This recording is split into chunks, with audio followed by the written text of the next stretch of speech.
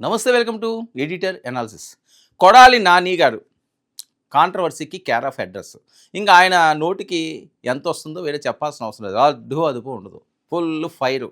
ఎప్పుడు 2019 నుంచి 24 వరకు. ఆ తర్వాత జరిగిన పరిణామాలు కూడా అందరికీ తెలుసు. కొడాలి నాని అజ్ఞాతంలోకి చాలా కాలం వెళ్ళిపోయారు, అనారోగ్యంతో బాధపడ్డారు. ఆయన అసలు పార్టీనే వదిలేస్తారంటున్నారు, రాజకీయాల్లో వదిలేస్తారంటున్నారు, వేరే వ్యాపారాలు చూసుకుని ప్రశాంతమైన జీవితం గడుపుతాంలే, ప్రతిరోజు ఈ టెన్షన్లో ఎందుకు, మనం రోడ్డు ఎక్కితే ఏదో ఒకటి మన నోరు సరిగ్గా ఉండదు, ఆ నోటితో తీర్చుకోవాలి, ఏదో ఒకటి మాట్లాడేస్తుంటాము, ఆ మాట్లాడిన దానికి లేనిపోని కేసులన్నీ పెట్టించుకుంటుంటాము, అసలే ఆరోగ్యం బాగలేదు, ఎందుకు నా దేవుడా ప్రశాంతంగా ఉండొచ్చు కదా అని ఆలోచించుకుంటున్నారని చెప్పి గుడివాళ్ళలో టాకు. సో ఆయన నోటంటైతే ఆయన చెప్పలేదు. కానీ ఆయన తీసుకునే ఇప్పుడు ఒక మనిషి నడవడిక ఒక్కసారిగా మారింది అనుకోండి, ఒకటి తమ చేసిన తప్పులన్నా తెలుసుకోవాలి, లేకపోతే జ్ఞానోదయం అయినా అవ్వాలి. సో ఏదో ఒకటి జరగకపోతే హై స్పీడ్లో వెళ్ళే వెహికల్ ఒక్కసారిగా ఆగింది అనుకోండి, ఏదో అడ్డొచ్చి ఉంటుంది కదా, బ్రేక్ కొట్టనే ఉండాలి, లేకపోతే బ్రేక్ ఫెయిల్, ఏదో ఒకటి ప్రాబ్లం అయి ఉండాలి ఇంజిన్ ఆగింది అంటే. సో ఇది కూడా అంతే, అంత స్పీడ్గా ఉన్నాయని ఒక్కసారిగా ఎందుకు ఆగిపోయాడు. మరి కొడాలి నాని పూర్తి స్థాయిలో ఇప్పుడు యాక్టివ్ కాబోతున్నారా, యాక్టివ్ కారా, ఇది ప్రశ్న. మళ్ళీ పాత భాషలో ఆయన రెచ్చిపోతారా ఒకవేళ యాక్టివ్ అయితే? మరి ఇప్పుడు ఉమ్మడి కృష్ణా జిల్లా వ్యాప్తంగా ఇదే చర్చ, రచ్చ. మరి తాజాగా జగన్మోహన్ రెడ్డి గారిని ప్రత్యేకంగా ఆయన కలిశారండి. చాలా రోజుల తర్వాత జగన్మోహన్ రెడ్డి గారితో ఆయన ప్రత్యేకంగా భేటీ అయ్యారు. కీలక చర్చలు కూడా కొడాలి నాని గారు జరిపారట. దీంతో పార్టీలో కొడాలి నాని యాక్టివ్ అవుతున్నారన్న టాకు మారుమోగుతుంది. ప్రస్తుతం కృష్ణా జిల్లాలో టీడీపీ కూటమి చాలా బలంగా ఉంది, చాలా దూకుడుగా కూడా వ్యవహరిస్తుంది. మరి ఇటువంటి సమయంలో వైసీపీకి సరైన నాయకత్వం అవసరం అని చెప్పి జగన్ గారు భావించినట్లుగా తెలుస్తుంది. కానీ ఎవ్వరూ బయటికి రావటం లేదు. కేసుల భయంతో సతమతం అవుతున్నాడు, ఎక్కడ ఏం మాట్లాడితే ఎవరు వచ్చి ఎత్తికెళ్ళిపోతారు అని. మరి కొడాలి లాంటి నేతలే సైలెంట్గా ఉండడం వైసీపీకి పెద్ద మైనస్ అని వాళ్ళ భావన. అందుకే కొడాలిని పిలిపించి జగన్మోహన్ రెడ్డి గారు మాట్లాడారట. ఏం నాని, ఏమైంది నీకు నేను మంత్రి ఇచ్చాను, నీకు నేను ఎంకరేజ్ చేశాను, నువ్వు ఎలా మాట్లాడినా, ఏం మాట్లాడినా, ఏది ఎవరిని గురించి ఏం చేసినా ఏ రోజున నేను ప్రశ్నించానా? ఈరోజు నేనేం ఇబ్బంది పెట్టలేదు కదా. సరే, ఆరోగ్యం అన్నాక సమస్యలు వస్తాయి, మనిషి అని పుట్టిన తర్వాత అనారోగ్యం రాకుండా పోతుందా? అందరూ ఆరోగ్యంగా ఉండాలని లేదు కదయ్యా, నువ్వేదో ఆపరేషన్ చేయించుకున్నావు, బాగానే ఉన్నావు కదా, మరి వచ్చేసి నువ్వు ఫుల్ యాక్టివ్ అయిపో అని చెప్పి గుడివాడలో ఫుల్ యాక్టివ్ అవ్వాలని కొడాలికి జగన్మోహన్ రెడ్డి గారు ఆదేశించారట.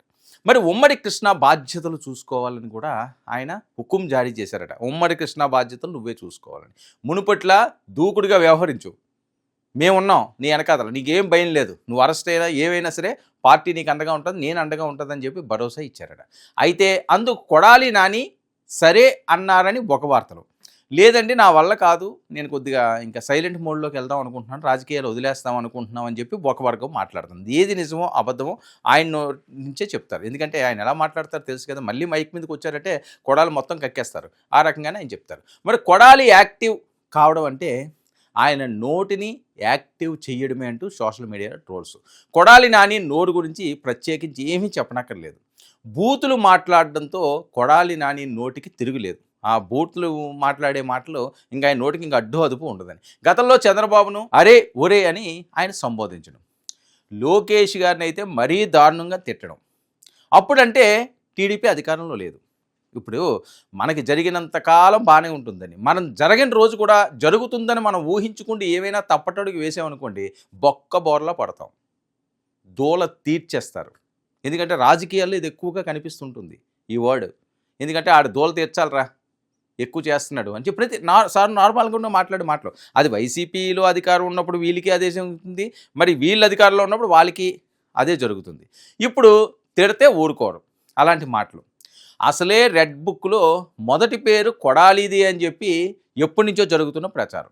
ఇక గుండె ఆపరేషన్ జరిగిందని చెప్పి ఊరుకున్నారని, ఎందుకంటే లేదంటే కొడాలిని ఎప్పుడూ అరెస్ట్ చేసేవారని. ఎందుకంటే అనారోగ్యంతో ఉన్న వాళ్ళని ఇబ్బంది పెట్టి, వాళ్ళకు కుటుంబం ఉంటుంది, సరే మనల్ని ఎవడో ఏదో తిట్టాడని చెప్పి మనము ఈరోజు తిట్టేసి వాడిని కొట్టేసి దీనివల్ల ఏమొస్తుంది?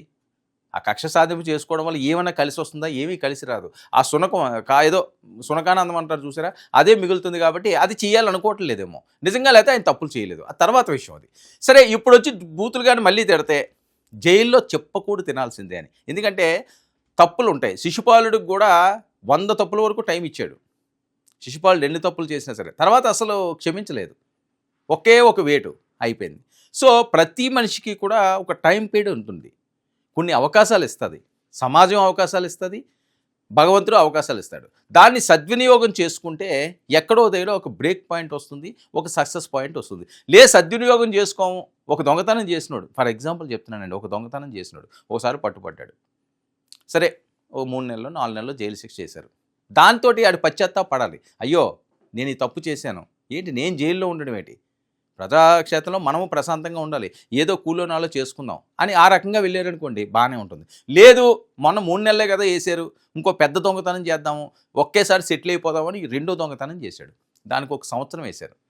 లేదు, ఈ దొంగతనాలు ఇవన్నీ అతనికి ఇదేంట్రా గాడిద గుడ్డి, ఎవరినో ఒకరిని లేపేద్దాము, ఓ పెద్దది ఏదో గిరాకీ దొరికింది లేపేద్దాము, దాని సంగతి చూసుకుందాము అని కానీ ఎవరన్నా కానీ అన్నారనుకోండి, అప్పుడు ఏమవుతుంది, తీసుకెళ్ళి లోపల పడేస్తారు, లైఫ్ వేసేస్తారు, ఒక్కొక్కసారి ఉరిశిక్ష కూడా పడిపోద్ది. అంటే వాడికి ఇచ్చిన అవకాశాలు వాడు వినియోగించుకోలేని పాపానికి పడే శిక్ష ఏంటంటే జీవిత కారాగారం, లేకపోతే అసలు మనం భూమి మీద లేకుండానే పోవడం.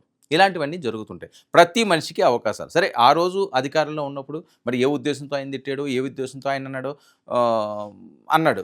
సరే, ఇప్పుడు కూడా అలాగే అంటామంటే ఊరుకుంటే పరిస్థితి లేదు. ఆ ఛాన్స్ అయిపోయింది, ఆ హనీమూన్ పీరియడ్ అయిపోయింది. స్ట్రైట్గా చెప్పాలంటే హనీమూన్ పీరియడ్ అయిపోయింది అంటారు చూసారా, అది అయిపోయిందని ఈసారి కూడా ఆ రకంగానే వెళ్దామని కుండీలో ఉంటే తోలు తీసేస్తాము అని చెప్పి వీళ్ళు ట్రోల్ చేస్తున్నారు. మరి కొడాలి బ్లడ్ ఫ్రెండ్ వల్లభనేని వంశీ, ఆయన కథ తెలుసు కదా, 150 రోజులు జైల్లో ఉన్నాడు. మరి ఇప్పుడు కొడాలి వంతు వచ్చిందా అలా మాట్లాడితే? మరి కొడాలి యాక్టివ్ అయ్యి నోటికి పని చెప్తే ఓచలు లెక్క పెట్టాల్సిందే అంటూ జరుగుతున్న ట్రోల్స్లో వాస్తవాలు ఎంత? మరి కొడాలి తగ్గి ఉంటాడా, రెచ్చిపోతాడా? ఇది చాలామందిలో ఉన్న ప్రశ్న. వచ్చి ప్రశాంతంగా ఆయన రాజకీయాలు చేసి పారదర్శకంగా ముందుకు వెళ్ళి గుడివాళ్ళలో మళ్ళీ గత వైభవాన్ని పునరావృతం చేసుకునే విధంగా ప్రతి రాజకీయ నాయకుడు చేసుకోవచ్చు.